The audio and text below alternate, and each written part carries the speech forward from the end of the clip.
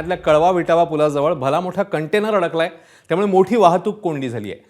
नवी मुंबईकडे जाणारी आणि नवी मुंबईतून ठाण्यात येणारी पूर्ण वाहतूक ठप्प झालेली आहे। विटावा इथून किमान 4 किलोमीटर वाहनांची रांग पाहायला मिळते। नवी मुंबईच्या दिशेने जाणाऱ्या कंटेनरला वळवण्याचं काम वाहतूक विभाग करत आहे। तसंच वाहतूक नवी मुंबईच्या दिशेने जाणारी असल्यानं ऐरोली मार्गे ती वळवण्यात आलेली पाहायला मिळते। ऐन संध्याकाळची वेळ आहे आणि त्यातच हा प्रकार घडल्यामुळे मोठी वाहतूक कोंडी असं चित्र पाहायला मिळते। ठाण्यातल्या कळवा विटावा या ठिकाणची ही घटना। नवी मुंबई ते ठाणे येणारी वाहतूक ही पूर्णपणे ठप्प झाल्याचं चित्र।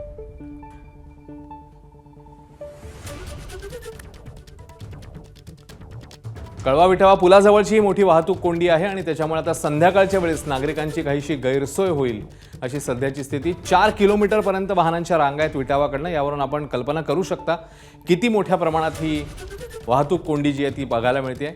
नवी मुंबई ते ठाणे येणारी जाणारी दोन्ही बाजूची वाहतूक यामुळे पूर्णपणे ठप्प झालेली आहे। अक्षय भाटकर आपल्याला ताजे अपडेट्स देतील। अक्षय, नेमकी किती वाजताची घटना आणि सध्याचं चित्र काय नेमकं?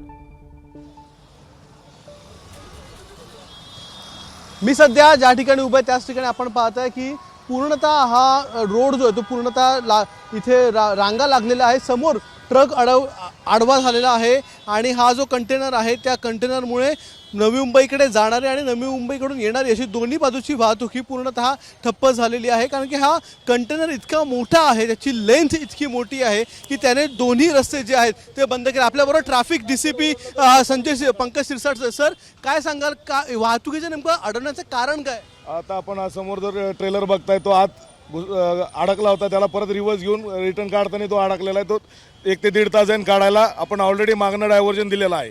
नवी मुंबईकडे जायचं असेल गाड्या कुठून? नवी मुंबईकडे जर ठाण्याकडनं जायचं असेल किंवा कळव्यातनं जायचं असेल तर त्यांनी मुलुंड चेकनाका ऐरोली मार्गे त्यांनी जावं। दुसरं पारसिक नाक्यावरनं मुंब्रा बायपास महापे मार्ग त्यांनी नवी मुंबईला जाता येईल। त्याच्या मागं आपण डायव्हर्जन पॉईंट ठेवलेत, ट्रॅफिकचं नियोजनही केलं। आता कुठपर्यंत रांगा आहे त्या ट्रॅफिक? सध्या आपली जे ठाण्याकडनं लाईन आहे ती मागं डायव्हर्जन दिलंय, त्याच्यामुळे फक्त कळवा ब्रिज आपला जो आहे शिवाजी ब्रिजवरतीच रांग आहे आपल्याकडे सध्या। आणि तिथून नवी मुंबईतून येणारी जे पटणी आहे, पटणीकडनं आपण डायव्हर्जन सांगितलं नवी मुंबई ट्रॅफिकला जायला, ते त्यांचं डायव्हर्जनचं काम चालू आहे। आणि किती वेळ लागेल हे सॉल्व्ह व्हायला? तरी 1 ते 1.5 तास जाईल अजून काढता। तर traffic DCP Pankaj Shirsat sir होते आणि हे आपण पाहताय लोक अडकलेली आहेत गेल्या अनेक तासांपासून। सर, किती वेळ झाला तुम्ही इकडे अडकलेले आहात? मागचा 2 तास इथे अडकलेलो आहे आणि काही अजून 1.5 तास लागेल असं सांगतायत। अच्छा, तुम्हाला कुठे जायचंय? मला पुण्याला जायचं आहे। पण आता म्हणजे मी आधी थोड्यांनी सूचना दिली असती तर आम्ही अल्टरनेट मार्ग घेतले असते। तर आपण पाहताय हे सगळी लोक जी आहेत ती गेल्या 2 तासापासून अडकलेली आहेत।